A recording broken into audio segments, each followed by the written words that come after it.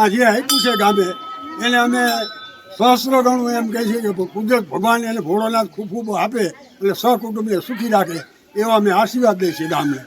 શૈલ શૃંગ સંવિશાળ જટા jute ચંદ્રભાલ ગંગ કી તરંગ માલ વિમલ નીર ગાજી બેજામાય સુગંધનમ પુષ્ટિવર્ધનમ પૂર્વા રૂપમેવ વંદના વૃત્યોર મુક્ષી અમામૃતમ. નમસ્કાર મિત્રો, હું છું આપનો દોસ્ત વિજય ચાળમિયા અને મારી સાથે છે રવિ ચાળમિયા. તમે જોડાયેલા છો વીઆર મીડિયાની સાથે અને આજે આપણે ઉપસ્થિત થયા છીએ ખરેડા ગામની પાવન ભૂમિએથી કે આજે પવિત્ર શ્રાવણ માસ ચાલી રહ્યો છે કે જેના અંતિમ દિવસ એટલે કે પિતૃવદી અમાસ કઈ રીતે ઉજવવામાં આવે છે. મેળા જેવો માહોલ હોય છે અને લોકો પોતાના પિતૃઓને યાદ કરતા હોય છે. શું છે આજનો વિશેષ અપડેટ? જોડાયેલા રહેજો આ વિડીયો. દર્શન કરી રહ્યા છો કે જાગનાથ મહાદેવ મંદિર આવેલું છે કે જે ખરેડા ગામની અંદર આસ્થાનું પ્રતીક છે અને ખૂબ જ પુરાણો ઇતિહાસ છે. જો આ મંદિરની વાત કરવામાં આવે તો ખરેડા ગામના જો તોરણ બંધાણા છે તે દિવસથી આ મંદિરનું મહત્વ રહેલું છે. સાથોસાથ કેટલીક આની સાથે જોડાયેલા ઇતિહાસની વાતો કરવી છે અને તમે દર્શન કરી રહ્યા છો એ ભગવાન શ્રી જાગનાથ મહાદેવ. એક મહાદેવ બિરાજમાન છે કે નર્મદેશ્વર મહાદેવ, આપ એમના પણ દર્શન કરી રહ્યા છો.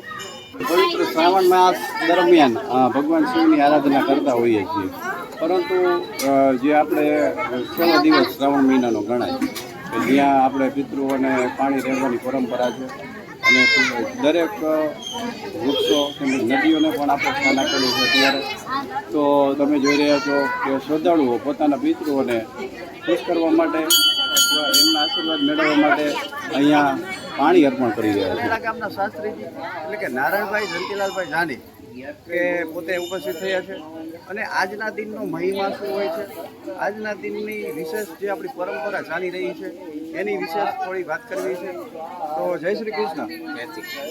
તો આપણા ગામની અંદર જે આ પરંપરા ચાલી રહી છે કે પિતૃવદી અમાસ જેને કહી છે સોમવતી અમાસ અને પિતૃ બધાય પૂર્વજોને પાણી પાય, સવારે 5 વાગે આવી જાય, બધાય પથારીમાં બધાય લોકો પાથરે, પુણ્યદાન કરે, બધાય પિતૃ પાણી રેડે અને અમને ખૂબ સાથ સહકાર આપે.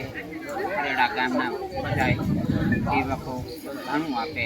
સવારે 5 વાગે અમે આખા ગામમાં પૂજા લેવા જઈએ, પૂજા લઈને આવી નાહી ધોઈને પછી મહાદેવની પૂજા કરી દર છેલ્લા દિવસે કે ગામ આખામાં અમે ફળ લેવા જઈએ કે અમે એની જે પૂજા આખો મહિનો સેવકની કરી એનું અમે ફળ આપ્યું અને મહાદેવ એને ખૂબ ખૂબ ભંડાર ભોગવું આપે.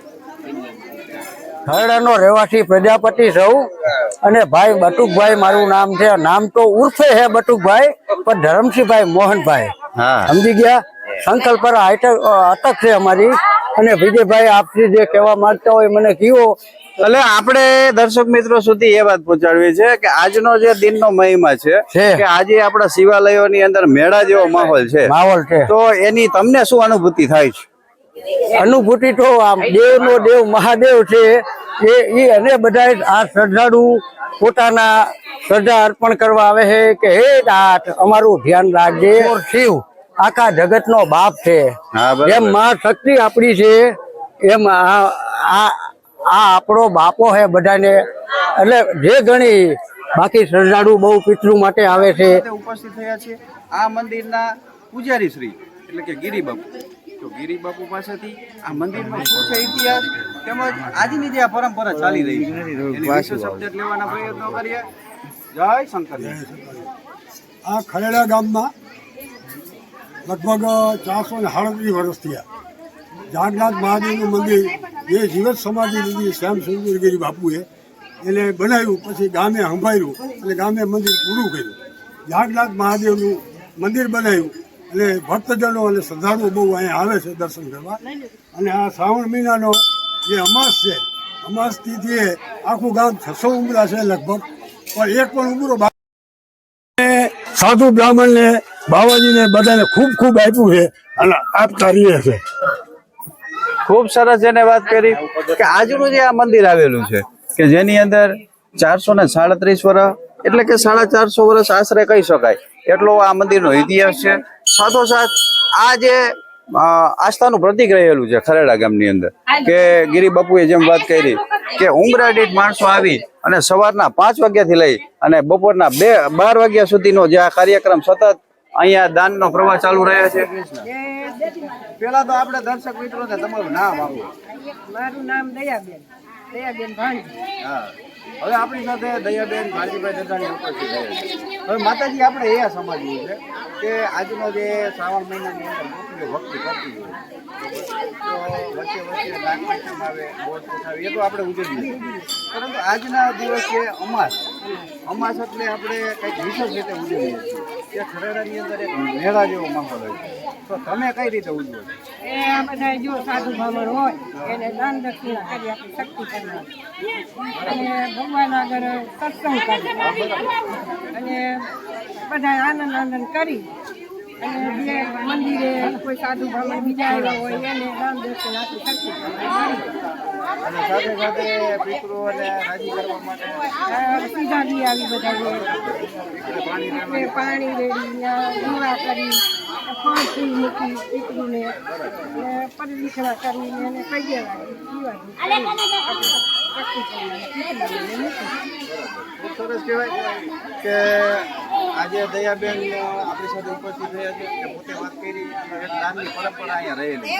આજે જે આ કાર્ય છે કે આજે તમે જે આજે અમાસને ઉજવી અને તમને શું અનુભૂતિ થાય છે અંદરથી? અમને તેમ થાય કે ભગવાન આપીને રોજ વર્ષો વર્ષ વધારતા જાય અને આવાને બધાને અમારા ગામમાં બધાને સલાહ દઈએ, સારી શિખામણ દઈએ અને બધાને સદબુદ્ધિ આપે. હા, બરાબર છે.